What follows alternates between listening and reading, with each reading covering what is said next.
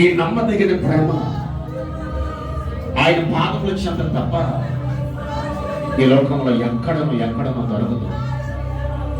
ఒక మారు నీవు ఆయన వైపు తేరు చూస్తే నా దేవుని స్వరము ఈ దినమందు నీకు వినిపించబోతాడు.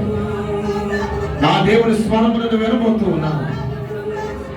నా దేవుడు నిన్ను దర్శించబోతూ ఉన్నాడు.